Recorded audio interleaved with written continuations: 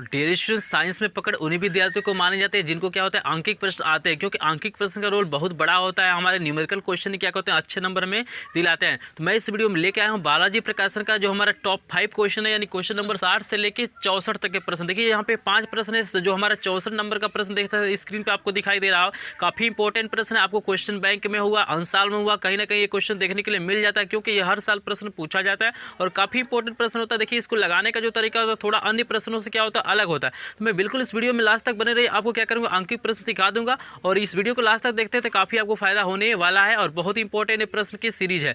तो चलिए स्टूडेंट इस वीडियो को स्टार्ट करते हैं और बताते हैं क्वेश्चन को हम लोग कैसे सॉल्व करते हैं। तो यहाँ देखिए स्टूडेंट, हमें जो 60 नंबर का प्रश्न है, जो हमने पीछे आपको प्रश्न बताया था बिल्कुल उसी के जैसे यहाँ पे हम लोग सीखेंगे कि कैसे व्यय ऊर्जा को निकाला जाता है और उसके अनुसार हम लोग कैसे यूनिट पता करते हैं। आप इजीली क्या कर सकते हैं, अपने घर का भी यूनिट बता सकते हैं कि आपके घर में कितने बल्ब जल रहे हैं, कितने घंटे जलते हैं, उसके अनुसार क्या कर सकते हैं, इस फार्मूले के द्वारा क्या कर सकते हो, यूनिटों की संख्या आप इजीली निकाल सकते हैं। तो यहाँ देखिए क्या दिया हुआ, एक घर में 100 वाट के 15 विद्युत लैंप प्रतिदिन 6 घंटे जलते हैं। ठीक है ना, यहाँ पे कितने हैं, 15 विद्युत लैंप हैं, कितने वाट के हैं, 100 वाट के हैं, 6 घंटे जल रहे हैं। तो कह रहे हैं 300 वाट का एक रेफ्रिजरेटर भी 10 घंटा प्रतिदिन कार्य करता है। तो यहाँ पे हमें क्या करना है, सबसे पहले क्या करना है, उस पूरे घर का क्या करना है, हमें व्यय विद्युत ऊर्जा को निकाल लेना है। उसके बाद क्या करना है, यहाँ पे दिया हुआ कि एक यूनिट का हमें 2.5 रुपये लग रहा है, यानी 2 रुपये 50 पैसे। तो जो भी टोटल यूनिट आएगा उसमें हम गुणा कर देंगे, पूरा खर्च इजीली निकल जाएगा। तो यहाँ पे हम लोग सबसे पहले लिखने का तरीका सीखेंगे। हम लिखेंगे कैसे, तो हम लोग लिखेंगे कि 100 वाट के, यहाँ पे देखिए पहले क्या है 100 वाट के, तो यहाँ पे लिखिएगा आप 100 वाट के कितने विद्युत लैंप हैं, तो देखिएगा आप लिखिएगा 15 विद्युत लैंपों द्वारा व्यय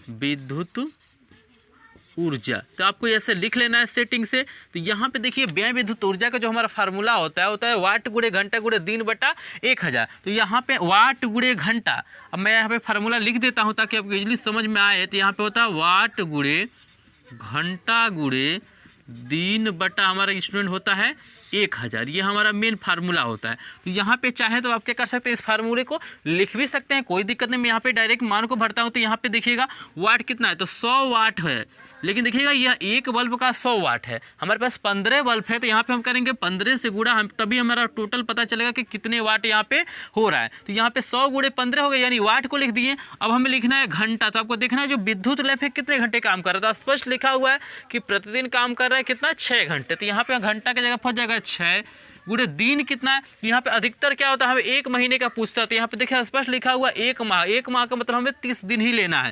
तो यहाँ पे दिन की जगह हो जाएगा 30 बटे हमारा हो जाएगा यहाँ पे 1000। ठीक है ना, हमने कुछ नहीं किया, जो फार्मूला है वहाँ पे हमने यहाँ पे वैल्यू को पुट कर दिया। यहाँ देखिए 2 जीरो यहाँ से जल्दी कट जाएगा और 1 जीरो और बचा हुआ, तो इससे हम काट लेते हैं, यानी हमारा ये हो जाएगा यहाँ पे देखिए 15 गुणे 6 गुणे हो जाएगा 3। जब इसका गुणा करेंगे तो 15 6 90 और 90 में जब 3 का गुणा करेंगे तो आपका आएगा 270। इसको लिखा जाता है 270 यूनिट लिख सकते हैं।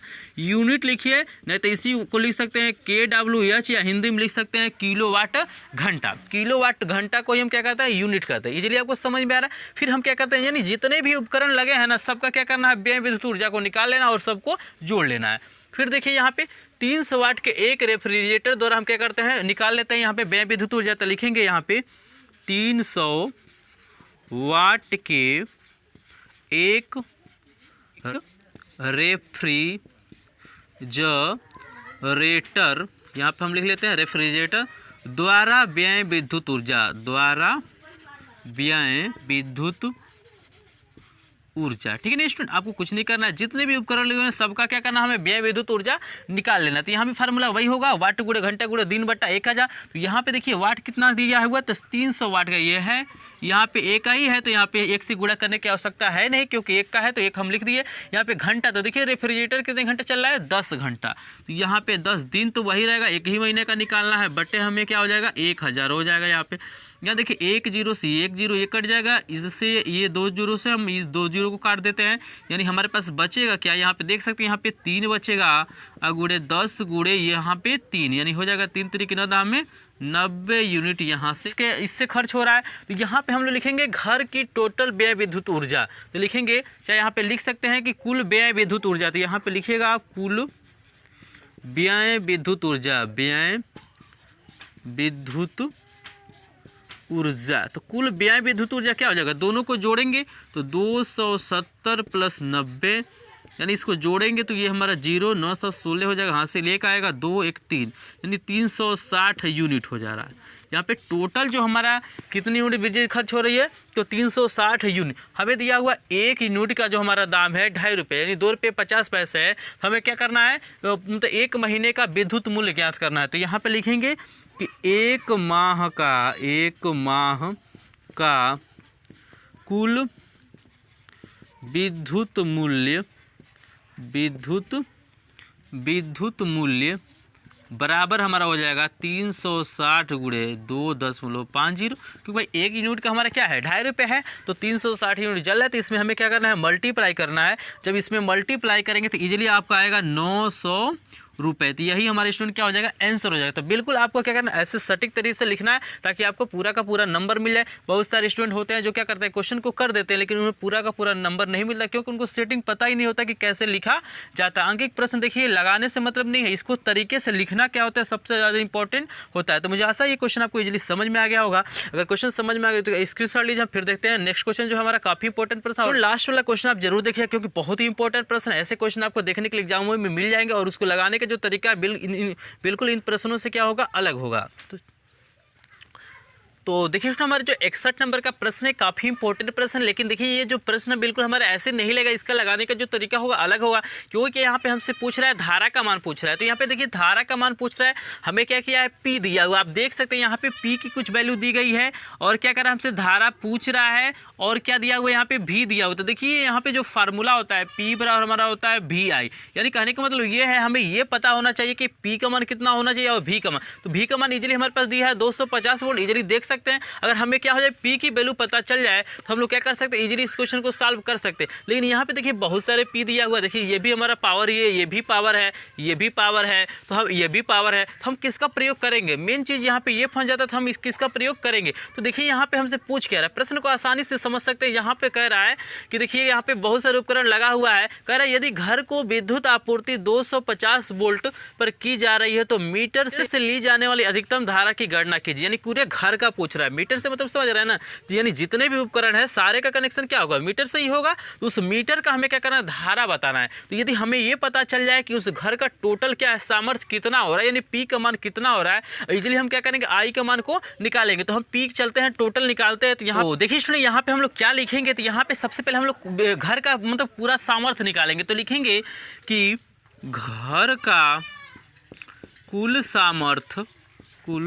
सामर्थ्य P बराबर, यहाँ पे देखिए कुल जो सामर्थ्य को हम लोग P मान लेते हैं, तो P बराबर क्या हो जाएगा, टोटल जितने भी उपकरण है सबका हम क्या करेंगे, पावर को जोड़ेंगे। यहाँ पे देखिए 50 वाट के क्या हुआ है, 2 ट्यूब लाइट लगा है। तो यहाँ पे हमारा जो हो गया है 50 गुणे 2, क्यों 2 किए भाई, एक का हमारा 50 है तो 2 का कितना होगा, 2 से गुणा करना पड़ेगा, अब प्लस यहाँ पे करना पड़ेगा। फिर देखिए क्या हुआ है, यहाँ पे 50 वाट के 2 पंखे हैं, तो यहाँ पे 50 गुणे क्या हो जाएगा 2, इजीली आपको समझ में आ रहा है। हम टोटल क्या कर रहे हैं, इस घर का सामर्थ्य जितने भी उपकरण है सबका सामर्थ्य को हम क्या कर रहे हैं, जोड़ रहे हैं। यहाँ पे देखिए क्या है, 200 वाट का एक फ्रिज है तो एक ही है, तो यहाँ पे 200 हो जाएगा, प्लस यहाँ पे देखिए एक हीटर है जो क्या है 1 किलोवाट का, तो 1 किलोवाट का मतलब क्या हो जाएगा, 1000 वाट हो जाएगा, यानी 1000 यहाँ पे इजीली हो जाएगा। आप समझ ही रहे हैं यहाँ पे किलोवाट के समय से होते हैं। देखिए इसके अलावा कोई उपकरण नहीं है, 3 ही उपकरण है। एक क्या है, 2 ट्यूबलाइट हैं, 2 पंखे हैं, एक फ्रिज है और एक क्या है हमारा हीटर है। तो यहाँ पे हम जिसको ऐड करते हैं तो यहाँ पे जोड़ेंगे तो देखिएगा यहाँ पे 100 हो जाएगा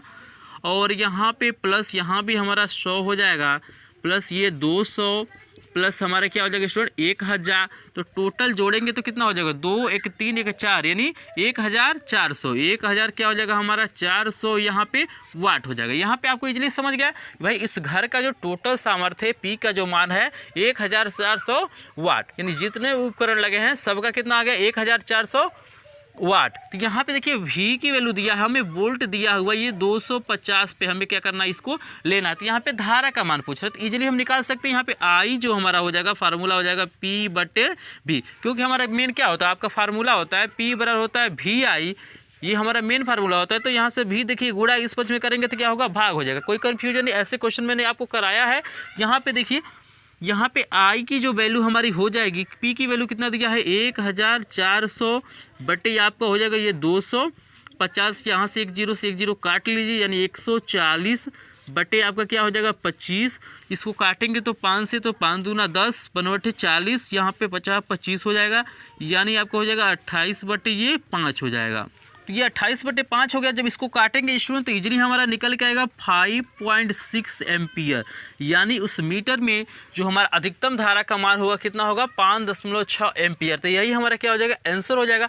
तो मुझे आशा है कि आपको इजीली ये क्वेश्चन समझ में आ गया। अगर एग्जाम में ऐसे प्रश्न आएंगे तो इजीली आप क्या करेंगे कर लेंगे। तो चलिए काफ़ी इंपॉर्टेंट प्रश्न आगे भी है, तो चलिए हम देखते हैं 62 नंबर का प्रश्न कैसे सॉल्व करते हैं। इसका क्वेश्चन चला लीजिए, क्योंकि ऐसे आपको सोल्यूशन देखने के लिए कहीं नहीं मिलेगा।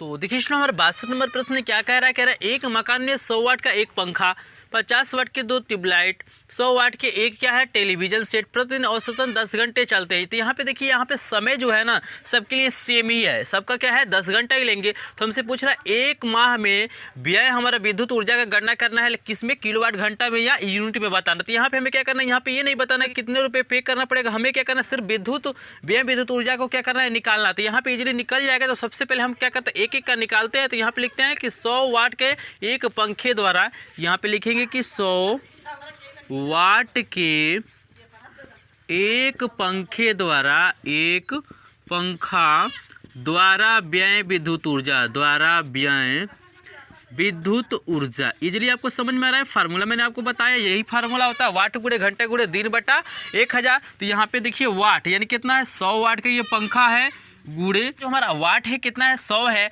और ये कितने घंटा चल रहे हैं। तो यहाँ पे 10 घंटा दिया हुआ है, दिन हमारा 30 दिन लेना है, स्पष्ट लिखा हुआ एक माह।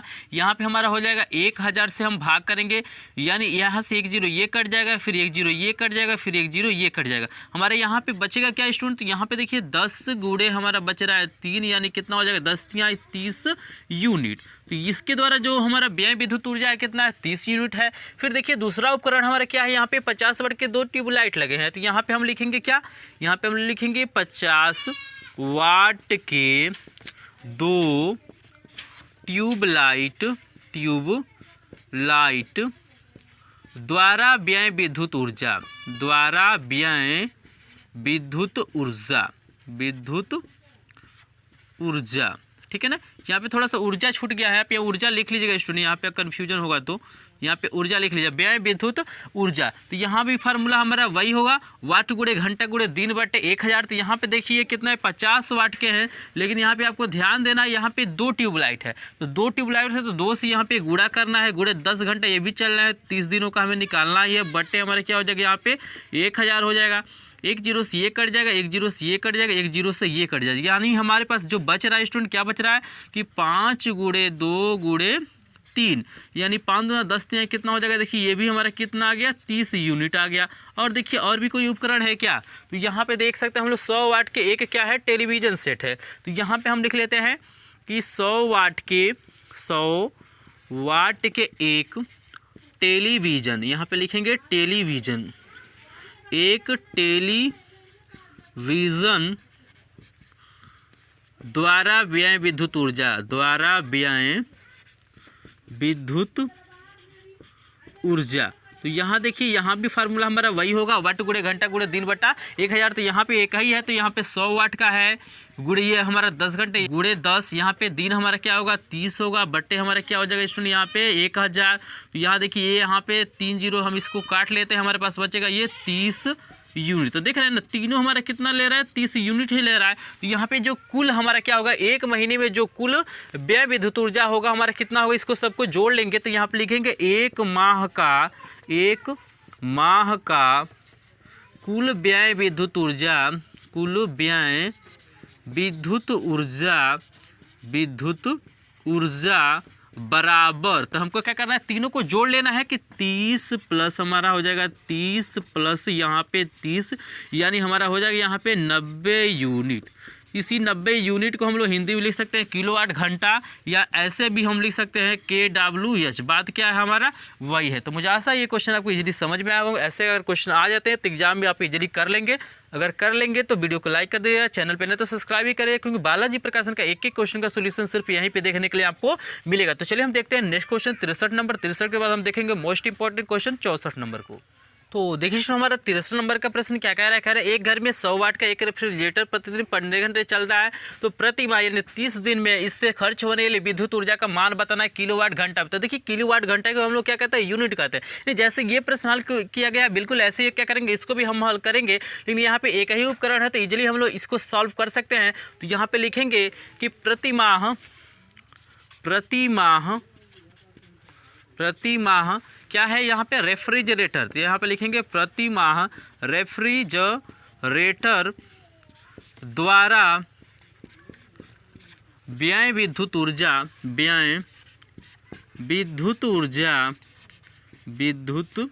ऊर्जा। तो यहाँ पे हम फार्मूले को आपको लिख के दिखा देते हैं। यहाँ पे फार्मूला होगा वाट गुणे घंटा गुणे दिन बटा हमारे स्टूडेंट क्या हो जाएगा यहाँ पे 1000। इजीली आपको समझ में आ रहा है। यहाँ पे एक ही उपकरण है तो यहाँ पे मैं इसको क्या करता हूँ और सेटिंग से लिख देता हूँ, यानी बराबर हमारा हो जाएगा वाट कितना है, देखिए रेफ्रिजरेटर कितने वाट का है, तो 100 वाट का है। यहाँ पे बहुत कम ही वाट का है, तो 100 गुणे घंटा कितना है यहाँ पे 15 घंटा यहाँ पे काम कर रहा है।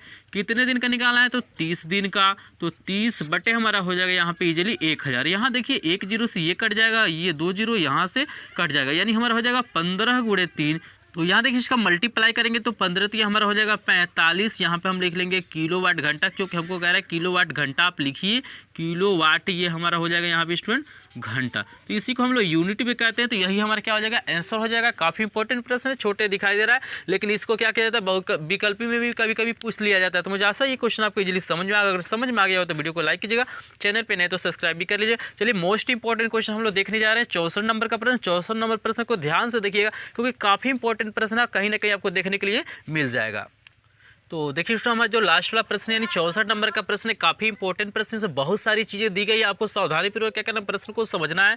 ये बहुत बारी प्रश्न पूछा भी गया है। यहाँ पे दे रहा है कि 220 वोल्ट और 10 एम्पियर धारा का एक मोटर 70% विद्युत ऊर्जा को क्या करता है, यांत्रिक ऊर्जा में बदल देता है। विद्युत ऊर्जा को किस में बदलता है, यांत्रिक ऊर्जा में। वह 30 मिनट में कितने किलोग्राम जल 30 मीटर ऊपर चढ़ा देगा। तो इजीली ये क्वेश्चन सॉल्व हो जाएगा। यहाँ पे देखिए जो यांत्रिक ऊर्जा होता है वो हमारा क्या होता है, यहाँ पे स्थितिज ऊर्जा का क्या होता है, बराबर होता है। क्योंकि आप इजीली जानते हैं यहाँ पे क्या है, हमारा मान लीजिए यहाँ पे टैंक है, इसमें हमें पानी चढ़ाना है, ये 30 मीटर ऊंचाई पे हमें क्या करना है, यहाँ पे लेके जाना है। तो यहाँ पे जो यांत्रिक ऊर्जा होगा उसी के द्वारा हम क्या करेंगे, पानी को चढ़ाएंगे, और ये जो यांत्रिक ऊर्जा होगा स्थितिज ऊर्जा का क्या होगा, बराबर होगा, क्योंकि पानी का कुछ ना कुछ क्या होता है, द्रव्यमान होता है। तो यहाँ पे जो स्थितिज ऊर्जा होगा वो होता है mgh।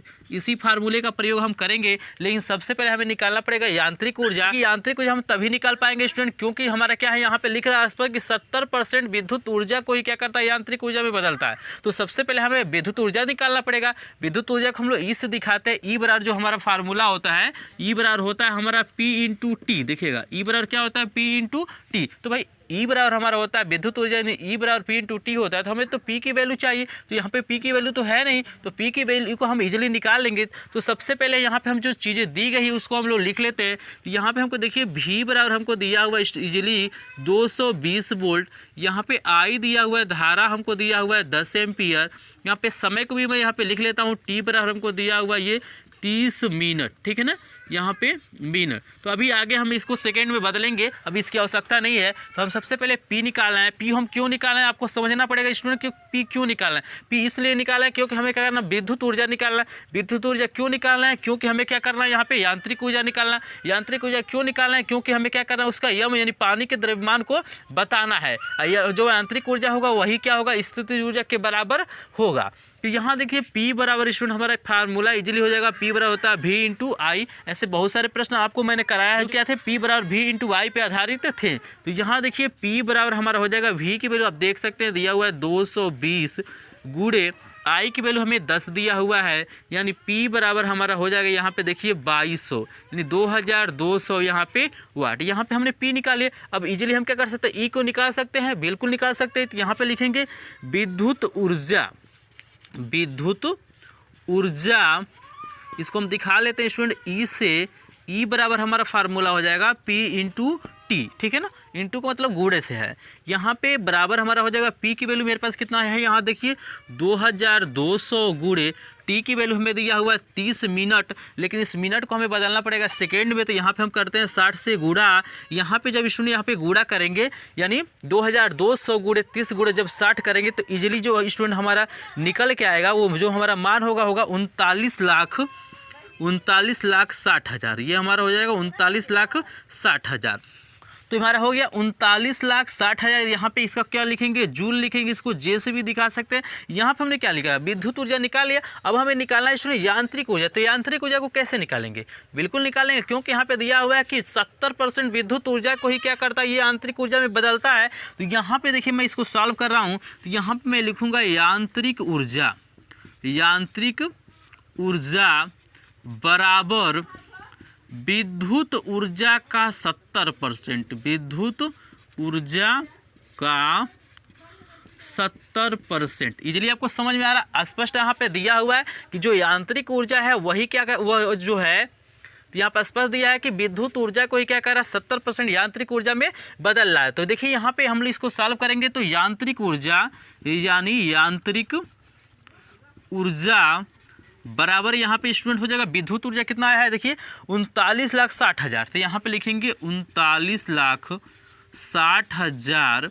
गुणे 70/100, क्योंकि आपको पता ही है कि 70% का मतलब क्या होता है 70/100। जब भी परसेंट हटाते हैं तो नीचे क्या होता है 100 हमारा आता है। यहाँ पे देखिए ये 2 जीरो से हम 2 जीरो को यहाँ पे क्रॉस कर लेते हैं, काट लेते हैं, हमारे पास बचेगा ये देखिए 39, यहाँ पे 6 और यहाँ पे 2 जीरो बचा है, यहाँ पे हो जाएगा गुणे 70। तो यहाँ देखिए स्टूडेंट जब हम क्या करेंगे, यहाँ पे जब इसका मल्टीप्लाई करेंगे, गुणा करेंगे तो हमारा इजीली निकल के आएगा 27,72,000। आप गुणा करके देख लीजिएगा, अगर कोई भी दिक्कत हो तो पूछ लेंगे। तो देखिए हमारे ये भी क्या है, एक प्रकार की ऊर्जा है, तो इसका मात्रक हमारा क्या होगा, जूल होगा, ठीक है ना। तो जितने प्रकार का ऊर्जा हो, काम होता है, उसका मात्रक हमारा क्या होता है, जूल होता है। तो यहाँ पे हमने क्या किया, यांत्रिक ऊर्जा निकाल लिया। लेकिन मैंने आपको बताया है कि जब क्या करेगा वो पानी को चढ़ाएगा, यहाँ पे जैसे मैंने आपको फिगर बनाया था कि यहाँ पे क्या ये टंकी है 30 मीटर ऊंचाई पे, क्या करेगा ये पानी को जब चढ़ाएगा तो जो यांत्रिक ऊर्जा है उसी के द्वारा क्या करेगा वो पानी को चढ़ाएगा, यानी उस पानी को चढ़ाने में यांत्रिक ऊर्जा काम करेगी। लेकिन यहाँ पे जब पानी को चढ़ा देगा इस टंकी में तो यहाँ पे काम करेगा स्थितिज ऊर्जा। तो स्थितिज ऊर्जा हमारा क्या होता है, mgh होता है, mgh। तो यम क्या होता है, इस पानी का द्रव्यमान होता है, ठीक है ना। यानी जहाँ पे भी द्रव्यमान की बात करें वहाँ पे क्या होता है, स्थितिज ऊर्जा हमारा काम करता है। यानी यम हमारा पानी का द्रव्यमान हो गया, जी क्या हो गया, हमारा गुरुत्वीय त्वरण हो गया, जिसका मान हमें क्या करना है, या तो हम 9.8 ले सकते हैं, नहीं तो हम क्या करेंगे 10 ले लेंगे। तो हम क्या करेंगे यहाँ पे 10 का ही प्रयोग करेंगे। और एच जो है हमारी क्या है, ऊंचाई होगी, यानी कितनी ऊंचाई पे पानी को चढ़ा रहा है। तो इजीली यहाँ से क्या हो जाएगा, यम की वैल्यू हमारी निकल जाएगी। यानी कहने का मतलब ये है कि इस कंडीशन में क्या होगा, जो यांत्रिक ऊर्जा होगा वो हमारा क्या होगा, स्थितिज ऊर्जा के बराबर होगा। तो यहाँ पे हम लिखेंगे कि यांत्रिक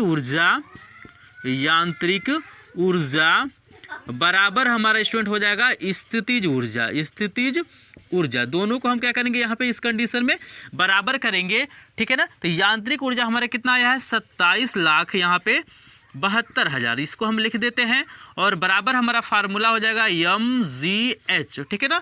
यानी 27,72,000 बराबर यम की वैल्यू हमें निकालनी है, गुणे जी की वैल्यू को हम 10 रखते हैं। यहाँ पे क्या करते हैं 10 रखते हैं, आपको 10 ही रखना। इजीली क्या होगा, आपको काटने में दिक्कत नहीं होगा, बहुत हल्का सा अंतर आता है, लेकिन 10 का ही आपको प्रयोग करना है। यहाँ पे गुणे क्या करना है, आपको एच की वैल्यू रख देना है 30। देखिए दिया हुआ है 30 मीटर। यहाँ आप देख सकते हैं ये हमारा क्या है, ये दोनों गुणा के रूप में है, तो इस पक्ष में लाएंगे तो हमारा हो जाएगा भाग, यानी हमारा हो जाएगा यम बराबर हो जाएगा 27,72,000 यहाँ पे बट्टे क्या हो जाएगा, यहाँ पे 30 दहा में कितना हो जाएगा 300 यहाँ पे, और यहाँ पे 2 जीरो से 2 जीरो कट जाएगा, यानी हमारा यहाँ पे बचेगा स्टूडेंट 27,72,000, यानी 27,720 भागे हमारा क्या हो जाएगा 3। जब इसको भाग करेंगे तो इजीली ये कट जाता है, पूरी तरह से ये क्या होता है, कट जाता है। और ये हमारा जो आंसर आता है स्टूडेंट आता है 9,240। ये काटेंगे तो आपका आएगा